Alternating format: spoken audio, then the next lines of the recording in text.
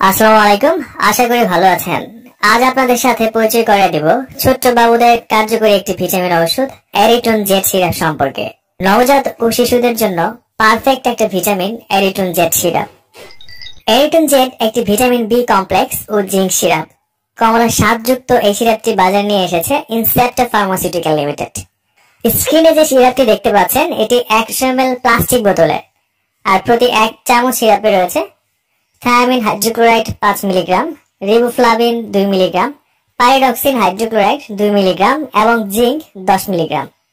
যে সকল শিশু জিঙ্ক ও ভিটামিনের অভাবে পুষ্টিহীনতায় ভুগছে, বিশেষ করে জন্মের পর মায়ের বুকের দুধ তেমন একটা পায়নি, ফলে বয়সের সাথে সাথে ওজন বেড়ে উঠছে না বা তুলনামূলক ওজন অনেক কম, আবার অনেক শিশু তেমন একটা খাবার খেতে চায় না, দেখতে রোগা বা হ্যাংলা দেখায়, কয়েকদিন পর পরে অসুখ বিসুখ লেগেই থাকে।